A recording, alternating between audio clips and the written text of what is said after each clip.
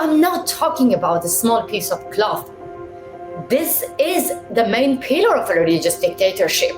Compulsory hijab is just one of the most visible symbol of oppression. I want the Western feminists, the female politicians who go to my beautiful country, they be as brave. I mean, this is not too much to ask. I want them to be as strong as women inside Iran and remove their hijab. Tell the Islamic Republic that this is 21st century. We are not going to allow you to force women to cover themselves. I have a dream, and I'm not scared of being killed for fighting, my dream to come true. I'm a woman. I'm a free woman, and I want to enjoy my life. The death of a young 22-year-old woman in Iran after she was arrested by the so-called morality police has sparked a virtual revolution.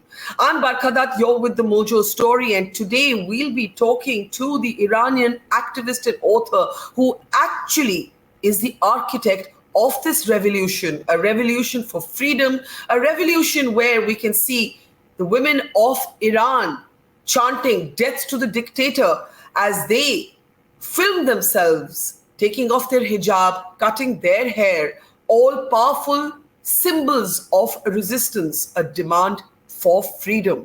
Many of these women have had to face death threats, including our guest today on the program who has battled daily death threats and twice actually had to fend off a plot to assassinate her.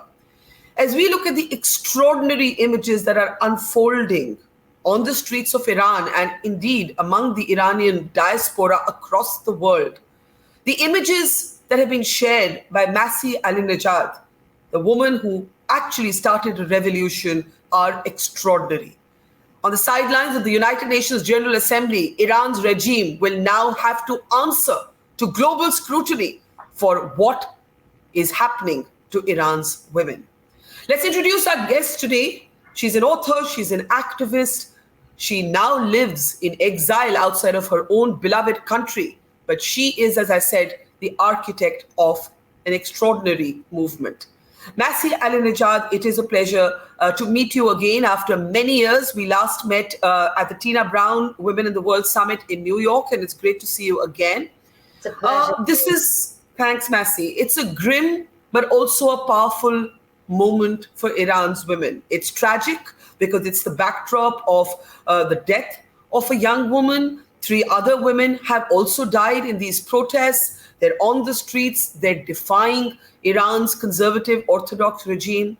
Many, many years ago, you started this. You actually gave a call to women of your country to show solidarity with you by defying the hijab, but also by sharing videos of themselves dancing.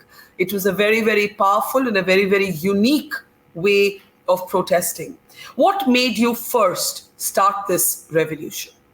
First of all, I have to say that the main leaders of this revolution, which I call it a women revolution, are inside Iran. They are my heroes. When I see their videos every day, still I get goosebumps. And I am full of hope that this is going to be a tipping point for a gender apartheid regime. But as you remember, 8 years ago, when I was in a stage, I was just frustrated because a lot of people were telling me that Middle East has got so many bigger problems. Now you're focusing about small piece of cloth. I'm like, it's just a small thing. There are so many bigger problems. There is war, there's poverty, why you care about hijab. And now you see that now. I have been warning for years and years about the danger of hijab police.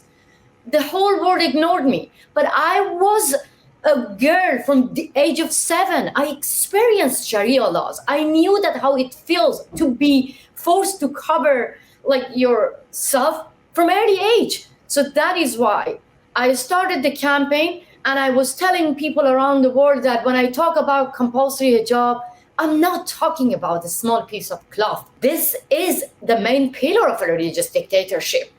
Compulsory hijab is just one of the most visible symbol of oppression.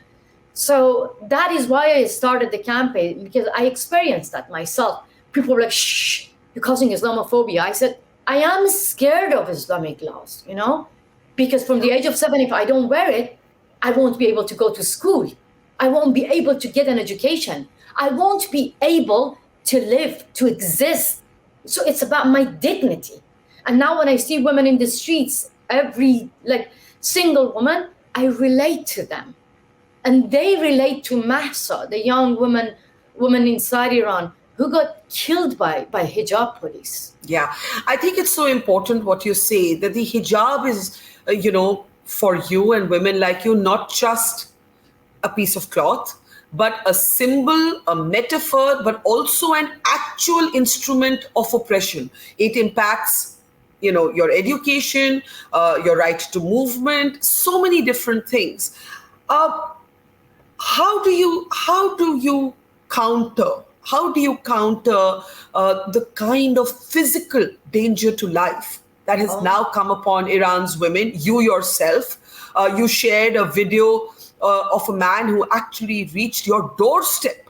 Even in New York, you were not safe. You are now guarded by the FBI 24 hours. You live in a safe house. You have to move from safe house to safe house. Some might ask you, Masih, why is the fight against the hijab worth your life? What would you say? To be honest, now I want to actually talk about women inside Iran. They risk their lives every single day. There's a hashtag called "My camera is my weapon." Go and check this. You understand why.